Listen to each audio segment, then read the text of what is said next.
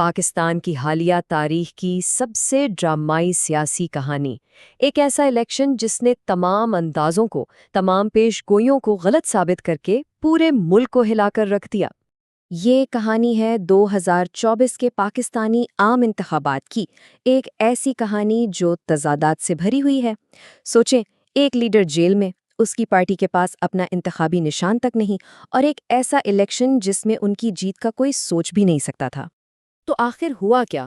آئیے سیدھا ان چونکا دینے والے نتائج پر چلتے ہیں جنہوں نے بالکل سب کو حیران کر دیا۔ اچھا، تو ذرا ان نمبرز کو دیکھیں۔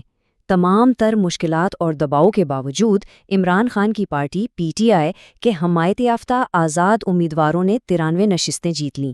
یہ ایک ایسا نتیجہ تھا جس کی کسی کو دور دور تک کوئی امید نہیں تھی۔ تو سوال یہ پیدا ہوتا ہے کہ آخر یہ ہوا کیسے؟ ایک ایسی سیاسی تحریک جسے ہر طرف سے توڑا جا رہا تھا، جس کا لیڈر جیل میں تھا، اس نے پاکستان کی تاریخ کا اتنا بڑا اپسیٹ آخر کر کیسے دیا؟ اس ساری کہانی کا محور ایک ہی شخص ہے۔ آئیے ذرا پیچھے چلتے ہیں اور دیکھتے ہیں کہ یہ سب شروع کہاں سے ہوا، اور اس کہانی کے مرکز میں ایک ہی نام ہے: عمران خان۔ کرکٹ کے میدان سے وزارت عظمیٰ تک عمران خان کا سفر واقعی غیر معمولی رہا ہے۔ 1992 کی ورلڈ کپ جیت نے انہیں ایک قومی ہیرو بنا گیا، اور یہی کرشمہ آگے چل کر ان کی سیاست کی بنیاد بنا۔ اور یہ بات، اس سے عمران خان کی سوچ کا اندازہ ہوتا ہے۔ یہ گھیرے ہوئے شیر والی جو ذہنیت ہے نا، یہی ان کی پوری سیاسی تحریک کی پہچان بن گئی۔ اچھا، بطور وزیر اعظم خان نے بڑے پیمانے پر سوشل ویلفیئر پروگرام شروع کیے، جس سے انہیں عوام میں زبردست مقبولیت ملی۔ خاص طور پر احساس پروگرام، صحت کارڈ اور نقد امداد جیسے اقدامات براہ راست عام آدمی تک پہنچے اور ان کی حمایت میں بہت اضافہ ہوا۔ لیکن پھر حالات نے پلٹا کھایا۔ خان کے طاقتور فوجی اسٹیبلشمنٹ کے ساتھ تعلقات بگڑنا شروع ہوئے، اور نتیجہ ان کی حکومت کے خاتمے کی صورت میں نکلا۔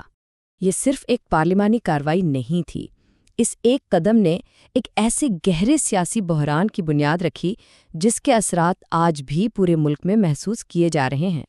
اور پھر خان نے غیر ملکی سازش کا بیانیہ اپنایا۔ انہوں نے اپنی برطرفی کو پاکستان کی خود مختاری پر حملہ قرار دیا، جس نے ان کے حامیوں میں ایک نئی جان ڈال دی اور انہیں اسٹیبلشمنٹ اور نئی حکومت کے خلاف کھڑا کر دیا۔ ان کے اقتدار سے ہٹنے کے بعد ان کی پارٹی پی ٹی آئی کے خلاف ایک منظم کریک ڈاؤن کا آغاز ہوا۔ اس کے بعد تو واقعات اتنی تیزی سے پیش آئے کہ سنبھلنا مشکل ہو گیا۔ قاتلانہ حملہ ہوا، پھر گرفتاری ہوئی، ملک بھر میں ہنگامے ہوئے، اور پھر الیکشن سے ٹھیک پہلے پارٹی سے اس کا انتخابی نشان بھی چھین لیا گیا۔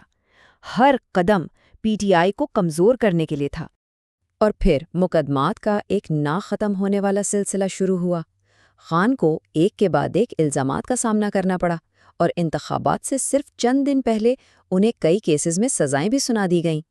یہ ایک بہت بڑا اور سوچا سمجھا قدم تھا۔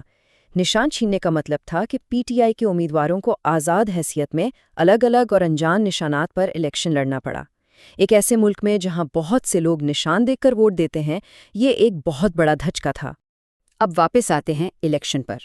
پولنگ ختم ہوتے ہی اور اگلے کچھ دنوں میں دھاندلی کے سنگین الزامات کی ایک لہر اٹھ کھڑی ہوئی۔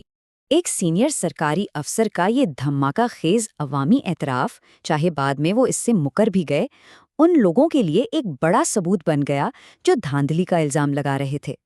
اس نے پورے انتخابی عمل پر بہت بڑے سوالات کھڑے کر دیے۔ پی ٹی آئی کا دعویٰ بہت سادہ تھا۔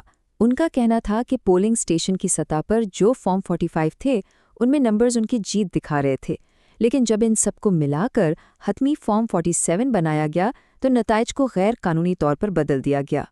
تو نتیجہ یہ نکلا کہ سب سے زیادہ نشستیں جیتنے والے آزاد امیدواروں کے باوجود حکومت ان کی مخالف جماعتوں مسلم لیگ نون اور پیپلز پارٹی نے مل کے بنا لی۔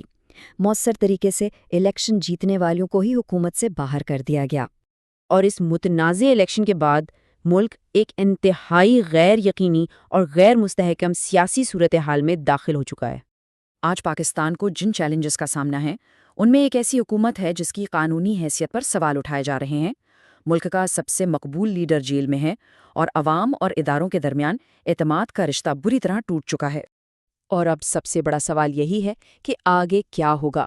ملک کے سب سے مقبول رہنما جیل میں ہے اور حکومت قانونی حیثیت کے بحران سے دوچار ہے۔ ایسے میں پاکستان کی جمہوریت کا مستقبل کیا ہوگا؟ یہ وہ سوال ہے جس کا جواب آنے والا وقت ہی دے گا۔